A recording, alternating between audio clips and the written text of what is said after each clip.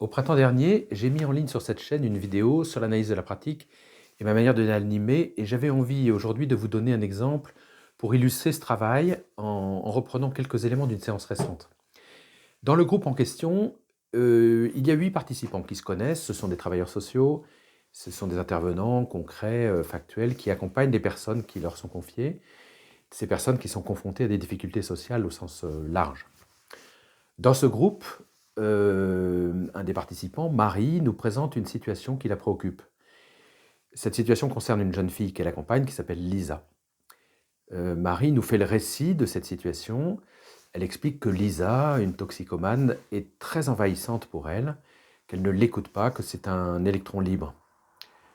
Lisa insulte Marie, elle ment, elle ne tient pas ses promesses. Chaque accompagnement que Marie met en place se termine mal. Marie se sent vraiment mise en échec par cette Lisa. Marie nous donne tous les détails qui lui semblent nécessaires, et pendant ce temps-là, personne ne l'interrompt, évidemment, et nous laissons Marie sur son flux de parole. Marie vide son sac au fur et à mesure. Chacun, en écoutant Marie qui fait le récit de cette situation, chacun comprend que Marie est touchée par Lisa. Même dans les échecs, quelque chose unit Marie à Lisa. Et puis, Marie nous précise qu'il lui reste un espoir avec un lieu d'accueil qui pourrait être adapté pour Lisa. Marie les a contactés récemment et elle attend leur réponse pour la fin de la semaine. Voilà. Après l'exposé que nous a fait Marie, chacun va pouvoir formuler un feedback, poser des questions à Marie, formuler des hypothèses sur la situation et pas sur l'avenir, sur la situation. Et Marie va formuler, finalement, au-delà de toutes ces réponses qu'elle va nous donner, va formuler une demande au groupe en lien avec ce que finalement elle identifie comme étant la réelle situation problématique à laquelle il faut à laquelle elle fait face. Et finalement, la question de Marie, c'est comment vais-je continuer à travailler avec Lisa, quelle que soit la réponse que j'aurai à la fin de la semaine. Voilà. À partir de ce moment-là, le travail se prolonge avec le groupe et chacun est invité à proposer des hypothèses de travail ou des solutions. Et Marie va écouter tout cela. Et puis au-delà de tout cela, elle fera une synthèse de ce qui l'a intéressé, elle nous dira ce qu'elle va faire concrètement. Et ce que je voulais évoquer avec vous, c'est le chemin que ce groupe a pris lors de cette dernière phase. Alors c'est assez intéressant, parce que dans un premier temps, le groupe a élaboré autour de cette jeune fille, de Lisa, de ses troubles, des hypothèses de pathologie. Marie nous écoutait, et puis tout doucement, ce groupe a évolué vers quels soins, comment prendre en charge, quel dispositif d'accompagnement pourrait être le plus adapté pour Lisa. Pendant ce temps-là, Marie écoutait sans rien dire. Le groupe a continué à cheminer en imaginant que Marie pouvait envisager le travail avec Lisa comme un projet, faisant intervenir d'autres partenaires, projet où Marie aurait une place particulière et que, pour cela, sa posture et la relation qu'elle entretiendrait avec Lisa serait peut-être plus importante que le dispositif technique ad hoc. Et à ce moment-là précis de nos échanges, j'ai vu Marie se redresser, comme si quelque chose l'avait touchée, qu'elle reprenait un peu goût à ce qui se passait dans la pièce et dans le groupe. Le groupe a continué à échanger sur la place de Marie, parfois plus importante que le rôle qu'elle pourrait jouer. Et puis, au-delà de ce constat, nos échanges se sont taris.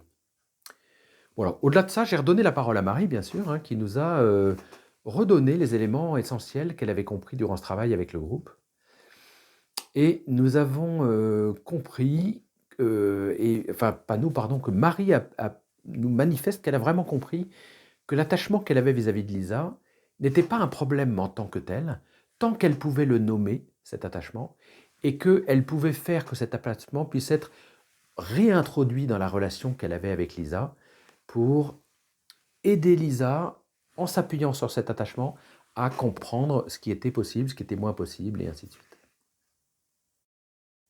Ce que je constate en revenant sur cette séance, c'est que de faire la clinique de Lisa n'était pas la bonne approche. Revenir sur la technique, sur les dispositifs d'accompagnement ou de prise en charge n'était pas non plus la bonne approche. Faire la clinique de Marie, travailler sur les résonances de son attachement à Lisa, aurait maintenu Marie dans le passé. Ici, l'approche orientée solution a permis de rassurer Marie sur sa compétence, de la rassurer sur son métier, de réactiver, voire de renforcer ce qu'elle savait déjà.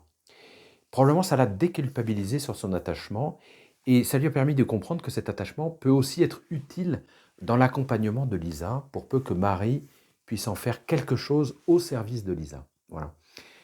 Finalement, grâce au travail du groupe, Marie a pu se projeter concrètement dans la suite du travail avec Lisa en étant alignée et probablement mieux équipée. Et dans cette affaire, mon rôle d'intervenant a été de faciliter ces mouvements pour que celui qui en avait besoin trouve vraiment ce qui pouvait être utile pour lui. À propos, à l'issue de la séquence, ce que j'ai entendu lors du tour de table évoquait, lors du tour de table commun où tout le monde a pu s'exprimer, hein, ça évoquait la fierté de faire ce métier, la fierté de faire ce métier si formidable et pas si formaté que ça, hein. Voilà. Cette séquence me confirme aussi que l'analyse de la pratique orientée solution, c'est vraiment adapté à ces professionnels, hein. Et pour une grande partie de ces intervenants, il est plus que temps de sortir d'une vision clinique qui parfois tournicote sur elle-même et s'auto-alimente. Par ailleurs, en cas de réelle nécessité, un travail avec un psy peut aussi être nécessaire, bien entendu. Et je constate que ces professionnels ont besoin de méthodes de travail orientées solutions, qui s'appuient bien sûr sur hier et sur aujourd'hui, mais regardent demain pour les aider à se projeter et à élaborer le concret du travail.